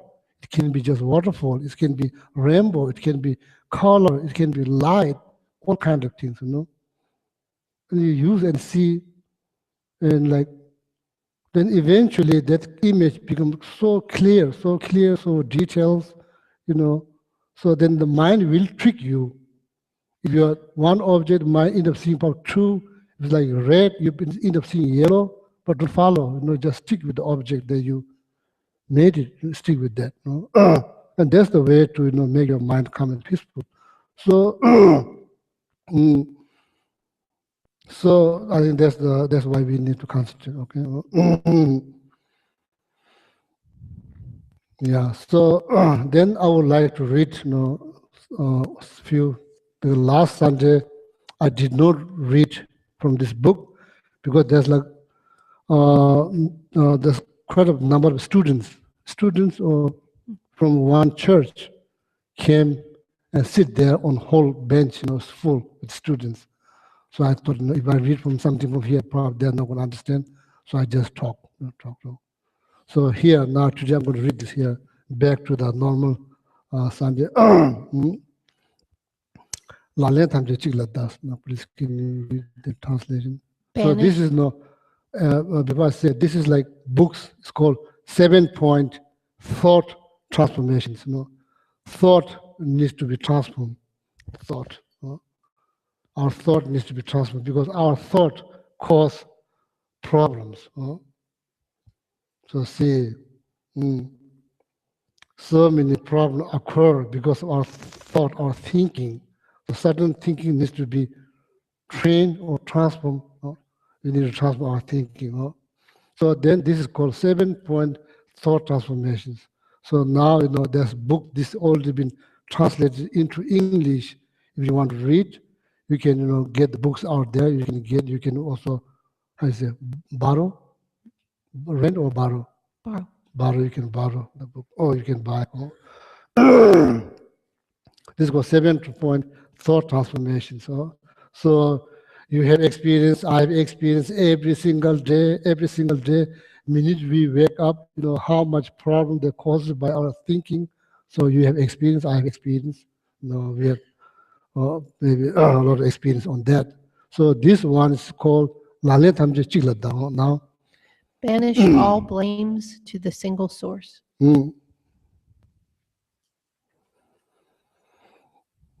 What we do, usually what we do, what you do, what I do, we all know what I do. Whenever there's some kind of problem comes up, what we do. In my case, most of quite often I blame Gishambo. My roommate, I blame him. That's what I do. See, but that unending business. So like See, so that's what I do now. Most of the time, that's what I do now. Sometimes I try to be mindful. So then, yeah. So now this text says, how's about blaming something else, something else, something else. What is that? That's called self-grasping mind. Self-grasping mind. Danzi is called Danzi. See, we all have sense of self, and we all grab on that quite tightly. You do, I do, all of us, we do. So the very self that we are grasping, that self is not clear. It's not clear. That understanding of self is not clear. See, so that the very self that we grab very tightly on, so because of that grasping mind on the self, because of that so much we do, so many things we do. So that fundamental, that what is called sometimes they translate fundamental confusions. Fundamental confusions, that's what it is. See, so then grasping that very tightly. So then that there's tambo in the beginning, we become attached to me, I, self, then mine, my religion, my tradition, my culture, my people, my position, my idea, my opinion, my knowledge, then it goes on and on. See, but all this driven by some misunderstanding of self. So there's that self may be super, the self that we grab very tightly, maybe it's like exaggerated. We just exaggerated. So then that's the beginning of the problem. That's the beginning of the problems. Not clear understanding what you are grabbing on. We have no clear idea what we are grabbing on. So that leads back to how to say, ultimately nothing is serious. Nothing as serious as we think. We think everything is serious from what point of view? That point of view. We think about everything else from what point of view? That point of view. Self-grasping point of view. That self-grasping is mistaken. Ultimately, everything's level. It's just level, just level. It's not serious as we think. It's just level. See, it's just level. Elephant in the dream, that's just level. It's not there. There's no elephant. No, so that bed is like, I think that bed can hold elephant. Elephant in the dream, we see dream, elephant in the dream. That's just level, that's just concept. It's not, but it seems very real. Yeah, it does seem real. That's exactly how we see things. Everything's like solid, inherent, unchanging, absolute, real. That's how we see things. Ultimately, it's not like that. It's the way it appears, the way it exists is different. It's different. Only thing that's same is emptiness. Emptiness, the way it appears, the way it exists is same. Therefore, it's called ultimate truth. Ultimate, that's the truth. Besides that, everything is conventional. Conventional reality is not reality. It's conventional reality. So in order to tackle that, first we have to understand that the very mind that grasping very tight on self, we have to prove that is mistaken. We have to prove it's mistaken. So in order to do that, then what we need to find out what is self. What is self? How you define self? Is the body? What is self? So in ancient the Indian philosophy. They did lot of research. They did a lot of research, lot of different theories how to define self. So many different theories how to define self. They really spent so much, they invested so much energy to find what is self. There are so many different theories out there, the conclusions. The theory means the conclusion of analysis. They did a lot of research. So conclusion, because of the conclusion, there's many different views how to define self. So there's something to think about. Okay, there's something to think about. So then, according to these thought transformations, the self-grasping mind, that's the one that should be blamed. There's not you. There's not you. So there's not you. If there's you, there's no hope. There's no hope. No matter what you do, there's no hope. That's not you. But we feel like that's me, but that's not. That's mistaken. That's not you. That needs to be go sooner or later. That needs to go. Otherwise, we remain as part of that.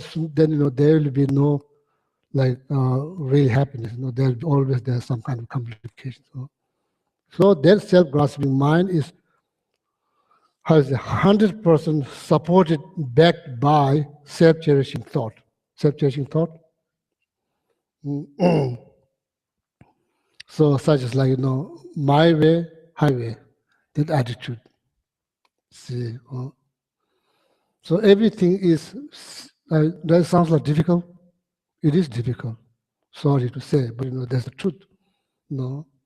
So if you just give up, it's never going to be easy. We have to think, sake of our own happiness, we have to think how to liberate ourselves from all this suffering. We have to think, so that's the way to tackle. First, the very mind that is grasping on the self, we have to find what is self. So we have to prove that very mind, that's mistaken mind, is not valid. It's not valid, it's mistaken. So everything that builds on that, that's mistaken. So then maybe because of that, we are hallucinated, because of that. See, we think everything so seriously because there's, so see, we used to see things, as I mentioned before, when we are young, 1 year old, 2 year old, we used to see things, but we don't label. We just see as they are. We don't judge, we don't label. When we grow up, then we become so educated, so sophisticated, so serious, and everything becomes so tense. This is all created by this mistaken mind, self-grasping mind, which is considered as iron cage. Iron cage? This iron cage, that we are trapped in that cage, iron cage. We have to free ourselves from that iron cage. So, danzo charge it, so trapped with that iron cage, Mari Mumbe Martin Kunitims, then basically hallucinated or maybe all confused. So that's what it calls, sometimes called fundamental confusions. That's what you call. So only through how we can liberate, we need wisdom. Not just wisdom, this particular wisdom to understand true nature of everything, true nature. What's called ultimate truth, the true nature. This is just conventional, This conventional. Everything that's, you can say, perceptions, level, this is all, we are all caught up with that. But ultimate truth, there's nature, pure nature of things, what we call emptiness. So maybe it's worth to read, please, about emptiness. Maybe just, because you are very smart, most of you are educated, you can read, just read about emptiness. Maybe we are missing something, not knowing what is emptiness. Maybe just read and see what you think. Just read about emptiness. There's so many books been translated into English about emptiness. Just read about that and think, You don't have to accept, just read, see, how it goes. See, so that's what it means. Then this text suggesting how it's about blaming that mistaken mind rather than Geshe Sambo. Poor Geshe Sambo, So that never ends, it never ends. When you start to blame, then it will end. Someday it will end for good. It will end for good. You don't have to do it again, again, again. So blaming you someone, I have to do it again, again. It never ends. You know, I will be never satisfied. You know, so keeping me it's like not being satisfied. No matter how many times you do, you know, we don't get satisfied. So this is the door to suffering. You know? Not being satisfied, not being content, no matter, you know, more we use, there's no really satisfaction there. You know, that's like clear sign. So now how's about blaming that self-grasping mind? It will take time to understand why that mind is mistaken. It will take time to understand why that mind is mistaken. If you read about emptiness teaching, you will know how to prove that mind is mistaken. Once you understand that, so then slowly you can link. Oh, now I realize that all this problem is caused by that, and 100% supported by self-tracing thought. Otherwise, you know, see, I used to believe, you know, that Geshe-Sangpo was the one who is destroying my happiness.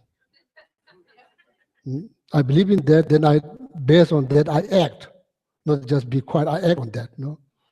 So then sometimes, you know, oh yes, no, it's like, see, you know, it's complicated. So anyway, so we have to try, we must try.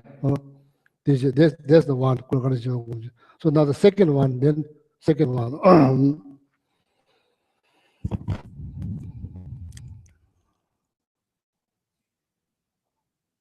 yeah, second one. Toward all beings, contemplate their great kindness. So I'm just reading this book. This book's been taught a long time ago. One of the Tibetan masters, called Kadama Master Geshe Chakawa, you know, taught this, you know, taught me to write it down on the book. It makes available for the people, you know, he writes it down. Kunla Kadin Chawagums. That's also important, that's very good one. Kunla Kadin Chawagums. Kunla Kadin Chawagums. Regardless, you know, has a Toward all beings, contemplate their great kindness. all being, not just my family, my relative, my friend, like my people. It's not like all being, towards all being. So see, like problems that occur now in 21st century in our world, in the world that we live in, problems that occurs within the family, within the neighborhood, within the community, within the country, between country, because lack of this, you know, as a lack of this wisdom, you know. So what we do when we see somebody is very successful, when we see somebody, you know, going through a lot of difficulties, when you see somebody begging on the side of the street, you know, what we do? That requires some understanding, some knowledge. No, they require some knowledge. Otherwise, you know, how you can do. You know? If you see somebody, you know, going through difficulties, what you do, according to this text, they say you generate compassion. You know?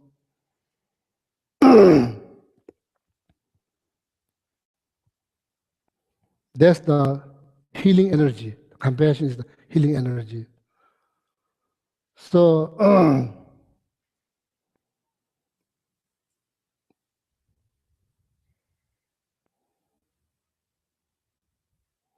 just talk between the class, the first class, second class, just talk to someone. So I'm not sure, like, does compassion bring suffering? That's my question. Based on our experience, does suffering bring, or does suffering? Does compassion bring suffering?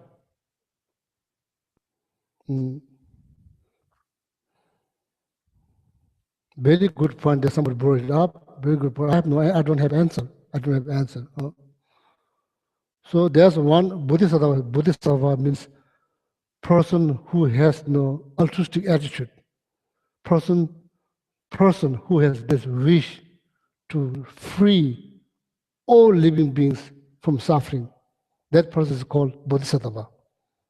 The person that has wish to free all living beings, not just my people, these people, like regardless what they do, what they believe, they believe or something or they don't believe or something, equal. That person wants to liberate all of them, not just people, somebody believing something, not just those people, everybody.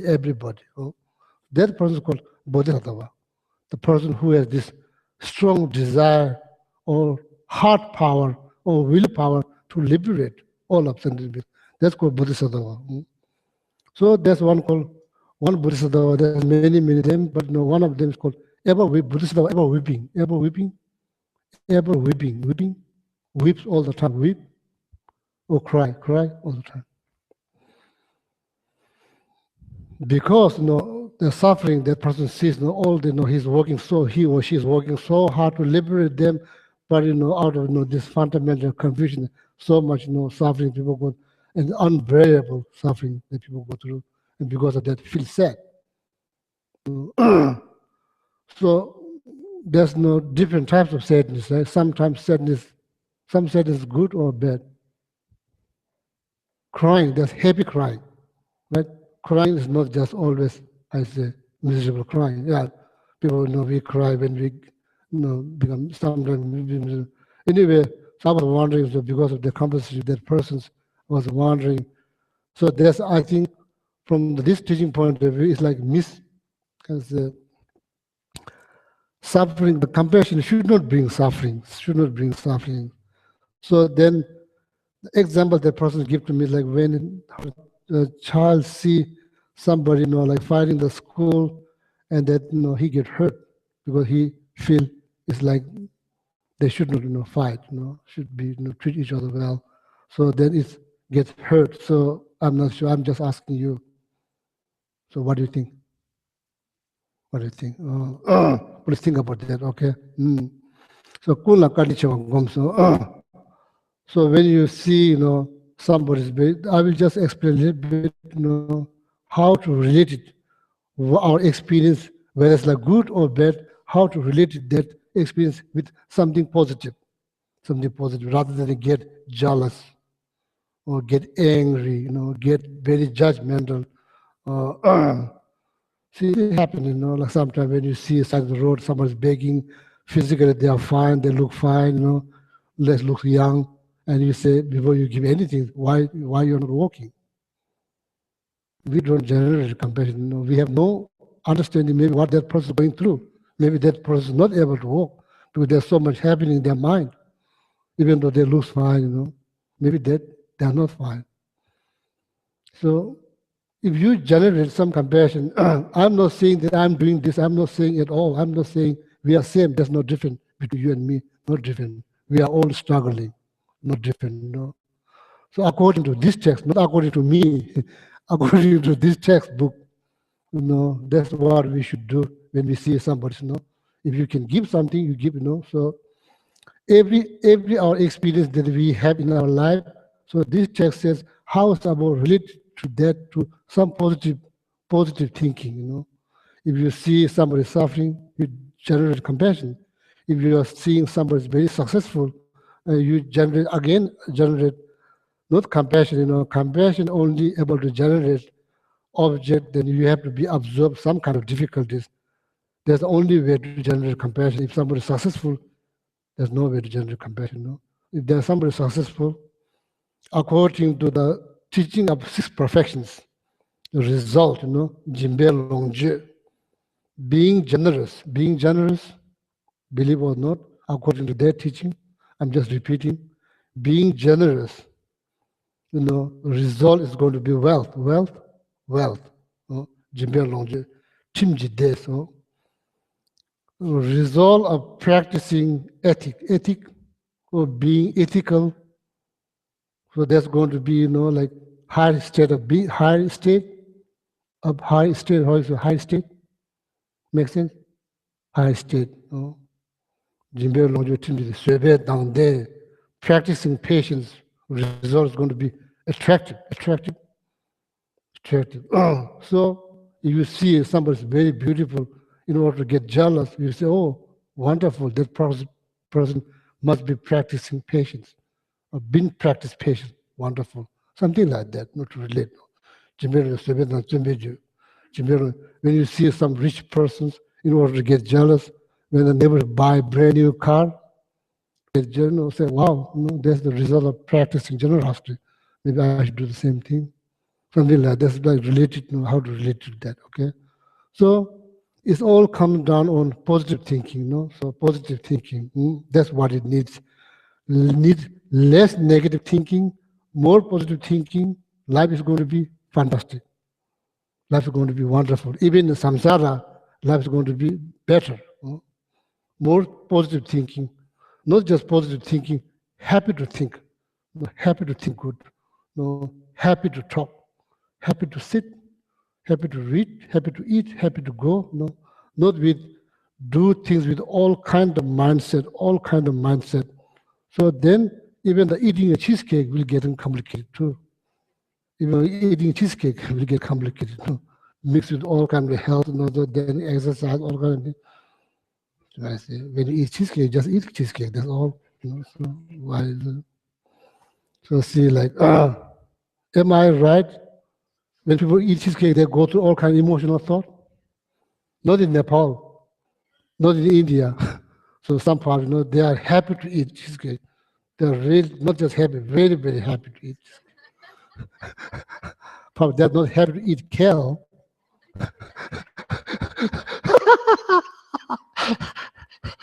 Because probably they've been eating kale all time. Yeah. So see, like, see, it's kind of very interesting, very, very interesting. So like, see, like, hard to believe that, like, so there's all kind of mindset we bring together. Each time when we do something, there's all kind of mindset. There's no clear mindset. Sitting there, feeling bad, not exercising, and at the same time not doing exercising. So that's no good. We are, all of you have something to feel bad. I have something to feel bad, but we have to do something to feel good. We have to do something. Otherwise, everyone wants to feel good, but then why not everyone feeling good? People need to do something to feel good.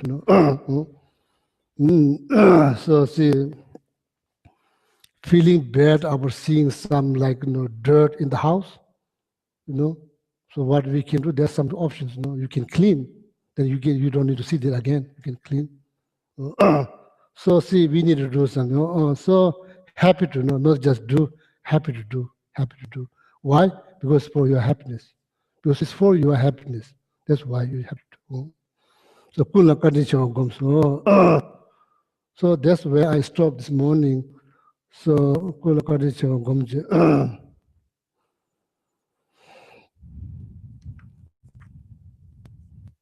If we can do that, we don't need religion. We don't need religion. Why we need it? We don't need religion. Why we need religion? When I look at you, I'm thinking something good. When you look at me, you are thinking something good. Doesn't matter what His Holiness says. So much emphasis on the secondary level. My religion, your religion, my tradition, my culture, my lifestyle, your look, my look. So much emphasis on that, and kind of forgetting as a human, because we are all human. We all have feelings, so we all want to be good. We all want to be happy, and kind of forgetting that so like fundamental nature, the human good qualities. We forgetting that. So that's why there's these all religions to help you to improve that. If we improving ourselves, why you need religion? So no need religion. So that's why His Holiness said, my religion is kindness. I think that's very, very high. Comes up this idea from the deeper thinking. So that's everyone is being kind to each other. So that's always going to be a better place. So you see another human being as the same emotionally, physically same, want to be happy every single minute, and want to be free, looking so hard, working so hard to be free from suffering. In that level, same. Yeah, same. So see, yeah. So then I will stop here. So I read this too. So the next Sunday will be continue. Okay. So we try. We must try. Okay.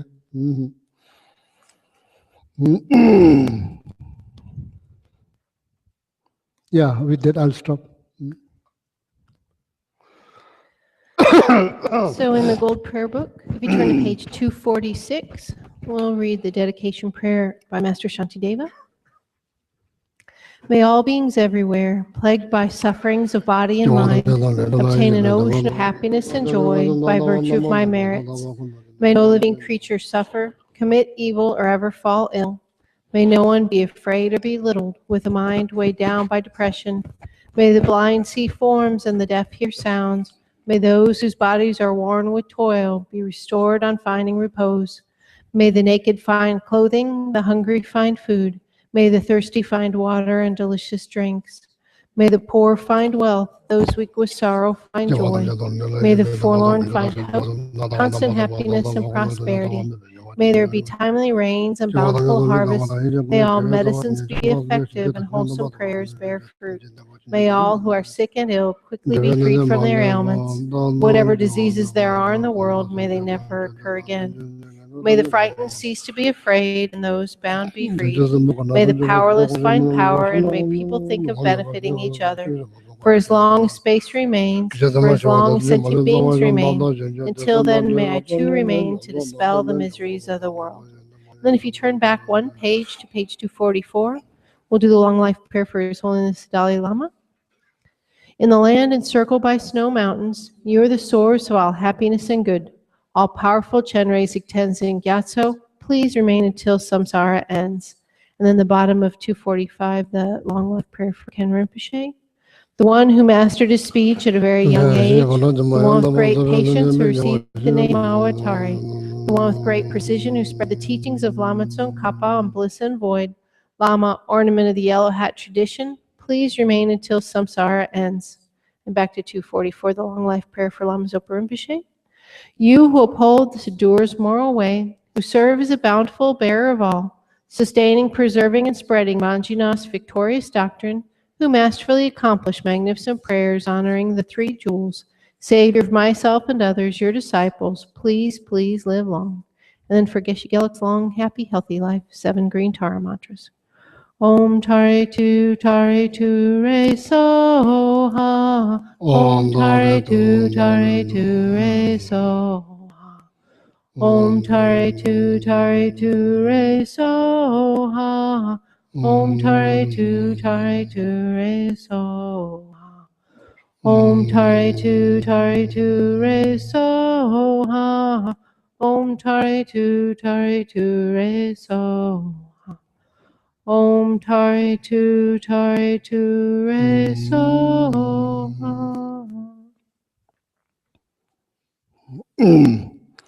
So I just want to say, this last 3 long life prayers, so maybe some of you may be wondering why we are saying this. The first one is for His Holiness Dalai Lama. This is our leader, Do you want to say something? Huh? Okay. So the first one is like long life prayer for His Holiness Dalai Lama. So some of you, if some of you, so probably aware that His Holiness the Dalai Lama is like peace-loving, wonderful human beings. Wherever he goes, he don't talk about Buddhism. He talks about basic human quality, such as loving kindness, compassion, respect, all of that. And he is trying very hard to bringing all the religious leaders together. He's initiating a lot of interfaith dialogues. So to how to contribute, not to divide, and how to work as a team and to make the world better, And all, there's a lot of commitment, His Holiness. So it will be nice if he live long life. It will be helpful for our world. And that's in the bigger picture. And the second, like, so you are aware that Tibetan people, we are, like exiled in India last 60 years. And a lot of our brothers and sisters back in Tibet is still, there's a lot of problems, like mainly fear, constant fear. What you can say, what you can think, and on your own motherland, that's the land where you grew up, and that's where you're born, like that, like your parents born, that's where grandparents, great-grandparents, So now you have very little right to say things about whether it's like environment or resource or your tradition, your culture, and you say something, you go to jail. So then, His Holiness the Dalai Lama is bringing awareness, like I say, some kind of relief back in Tibet, some kind of relief, that people feel freedom, some kind of, so not seeking separation, but seeking within the people of China, some kind of, within the people of China, some kind of safe, safe feeling, mainly like emotional safe. So that's your, all the American people and governments been supported our cause, many years. So that's like your contribution towards Tibetan cause when you say the long life for His Holiness Dalai Lama. So, and there's more likely is going to be peaceful approach. See, when you think about what happened in Tibet, it's not something that easy. What happened in Tibet last, before 1959, there's reason to be there's reason why you should get angry, why as a Tibetan, why should you get angry, there's reason, So, but because of His Holiness leadership, so we're trying to follow the peaceful approach. So we don't kill. The whole country is based on Buddhism, so we don't believe in killing somebody to reach our goal. So we didn't kill anybody. So and if you're aware, a lot of them kill themselves, has got self-immolation. These people could kill hundreds of thousands of Chinese easily, but they don't kill, because they don't believe in killing. So that's your contribution, because of His Holiness leadership.